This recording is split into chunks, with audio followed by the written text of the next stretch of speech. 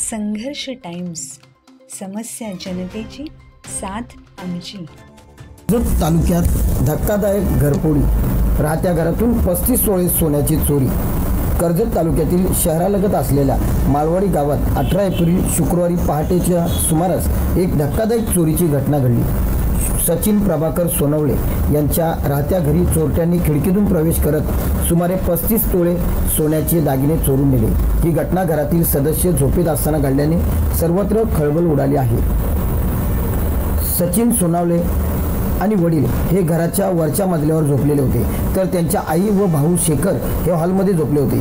हॉलच्या शेजारील देवघरात कपाटात सोन्याचे दागिने ठेवले होते। चोरट्यांनी मागील बाजूने स्वयंपाकघरातून घरात प्रवेश केला आणि खिडकीला लोखंडी ग्रिल नसल्याचा गैरफायदा घेत साइडिंग खिडकी उघडून आत प्रवेश केला। रात्री सर्वजण गाढ झोपेत असल्याने कुणालाही चोरीची कल्पना आली नाही।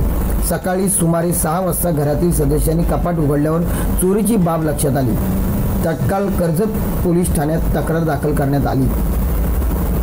पोलीस निरीक्षक सुरेंद्र गरड यांच्या मार्गदर्शनाखाली पोलीस उपनिरीक्षक जयवंत वारा, पोलीस हवालदार समीर भोईर आणि त्यांच्या पथकाने तातडीने घटनास्थळी धाव घेतली आणि संपूर्ण घराची पाहणी केली। याशिवाय फॉरेन्सिक पथक देखील तपासणीसाठी रवाना करण्यात आले असून चोरीमागे कोणाचा हात आहे याचा शोध घेण्यासाठी पोलीस तपासाला वेग देण्यात आला आहे। कर्जत शहरालगत असलेल्या माळवाडी सारख्या ठिकाणी एवढ्या मोठ्या प्रमाणात चोरी झाल्यामुळे परिसरात भीतीचे वातावरण पसरले आहे।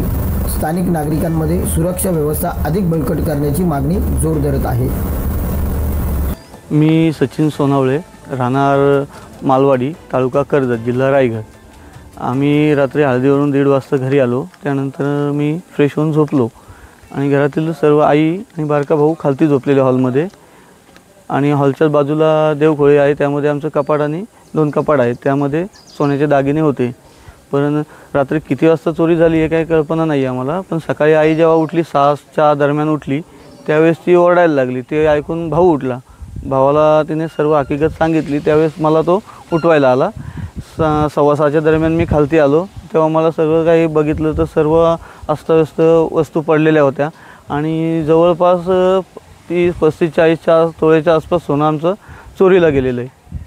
कॅश काय जास्त प्रमाणात नाही, एक 7-8 हजार रुपयाची काहीतरी शिल्लक रक्कम अशी होती। चोरांनी मागची खिडकी खोलून त्यातून किचनवरून आतमध्ये ते शिरले। त्यांचे ठसे तिथे उमटलेले आहेत पायाचे, आणि त्यांनी नंतर सोनं जे होतं ते पूर्ण काढून किचनमध्ये जे सिटी आहे त्याच्यावरती बसून सर्व पिशव्यांच्यातून ते काढून ते घेतलं आणि मग ते मागच्या दरवाजानं पळाले, कारण दरवाजा सकाळी उघडा होता। हो, आम्ही पोलीस स्टेशनला जाऊन पहिले रीतसर तक्रार दिलेली आहे आणि आता पोलीस आम्हाला सहकार्य करतील ही आम्हाला अपेक्षा आहे।